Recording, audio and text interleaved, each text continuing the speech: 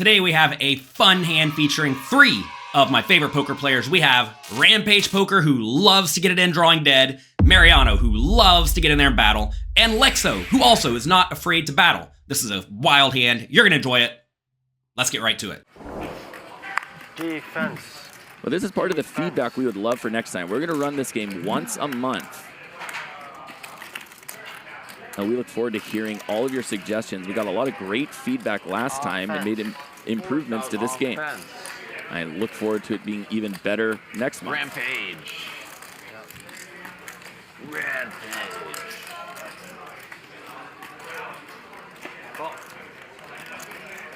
And everyone, pressure ludicrous for us, okay? Peer pressure works. That's a fact.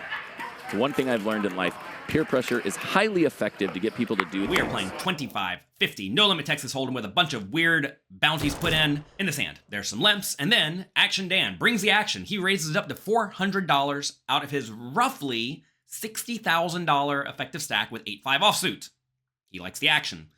Lex O calls on the button with ace-10 of spades. Mariano calls the small blind with king-10 of diamonds, and then Rampage decides to do what he does. He bumps up to $4,000 with jack-10 of hearts, super-duper dominated and out of position. Congrats. Everyone gets out of the way except for Lex O on the button with ace-10 of spades. And Mariano, he decides to call the king-10 of diamonds. I think maybe Mariano could justify getting out of the way given he's in the small blind and has the worst position in this spot, but not against Rampage. Let's go to the flop three ways with three players all holding a 10. So the more peer pressure we can apply to Ludacris, the more likely he'll be in the next one of these games. He belongs here. You're one of us, Luda. Check. Quit dodging the big fight, the money fight. Family obligations. Give me a break. Doesn't even have a family, I bet. Flop comes ace of clubs, jack of spades, 9 of hearts. Mariano with his gut shot checks. Rampage with his middle pair checks. And then Lex O on the button with top pair, backdoor flush draw, backdoor straight draw checks as well. You may be surprised to see the top pair 10 kicker check, but I do think this is a spot where checking makes a whole lot of sense because Mariano is going to check with his whole range on the flop. And maybe Rampage is getting tricky and trappy every once in a while. And if you bet in the scenario with the ace-10 of spades and get called or raised, you could easily be crushed by a better hand. And while your opponents will have some equity against you, notice in this spot, they only have about 15 to 20% each, so not all that much. And especially against players like Mariano and Rampage, who will attempt to bluff every once in a while, I definitely think checking it back is ideal because you can pretty easily check call the turn and the river. So I like this check by Lex O, unless he thinks his opponents are so wild to the point that he can bet the flop and just happily get $60,000 in, which maybe they are, maybe they aren't. He's just an orphan, you know? I mean, come on. Get a life. How about this for Mariano? King 10, Broadway nuts. Once again, Mariano nutting all over this game.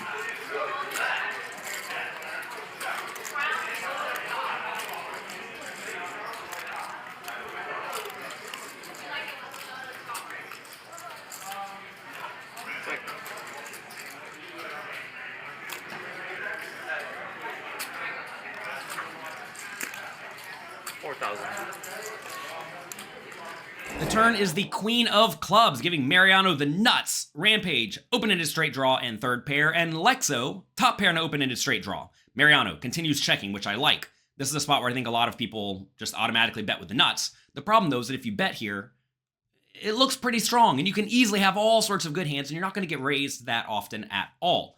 So I think a much better play is to simply check. Rampage with his third pair and draw has an easy check as well.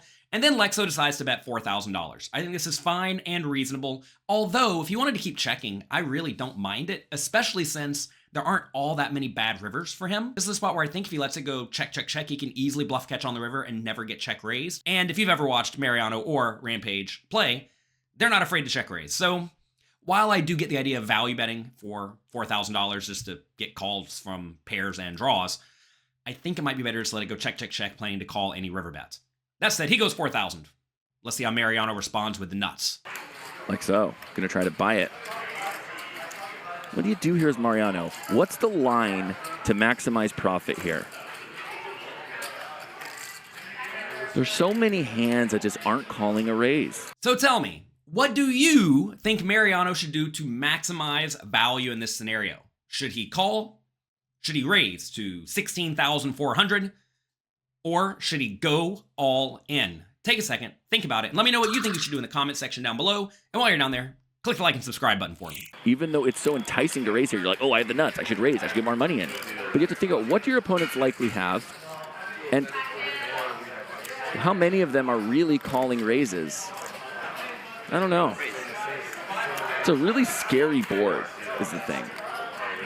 So I can see why you'd want to raise, but it might be a spot where you just grit your teeth and call, because then when you call, and let's say the river card is a red deuce, now you can overbet, and it looks like a bluff. Check raising to something like 16,000 is by far the best option in my opinion. Whenever you're out of position, playing with a pretty deep stack, you really want to get money in the pot. And the problem is that when it goes check, check, check on the flop, it's very easy for both Rampage and Lex O to have a medium strength hand that will bet the turn for value/protection and then just check it back on the river. And in this scenario, I bet if Mariano calls, a hand like Lex O's ace-10 will just check it back on the river and not put any more money in the pot.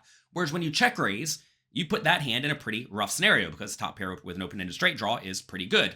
Also, this is a spot where Lex O could easily have a high equity draw, like a flush draw, and you certainly want to charge those.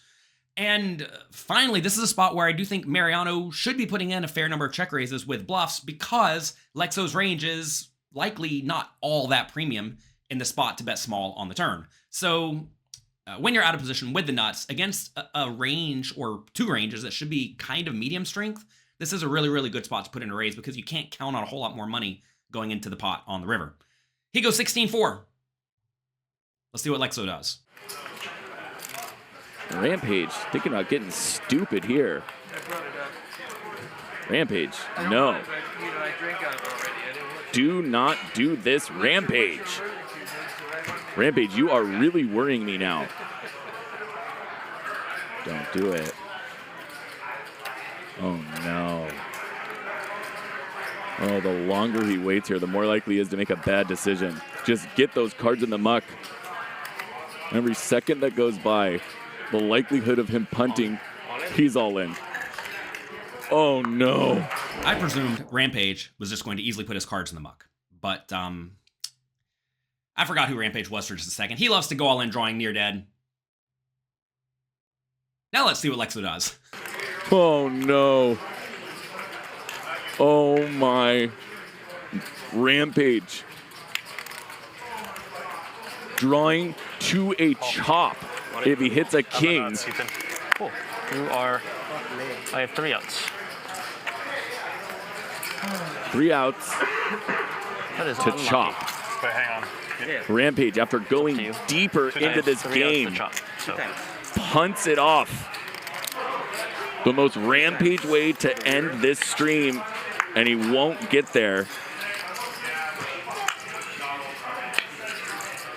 Second run out, second chance. No redemption for Rampage. Lex O, of course, makes the easy fold. Mariano snaps it in there, shows Rampage the bad news, and Rampage, again, torches roughly $60,000. He'll learn at some point. I'll talk to all of you next time.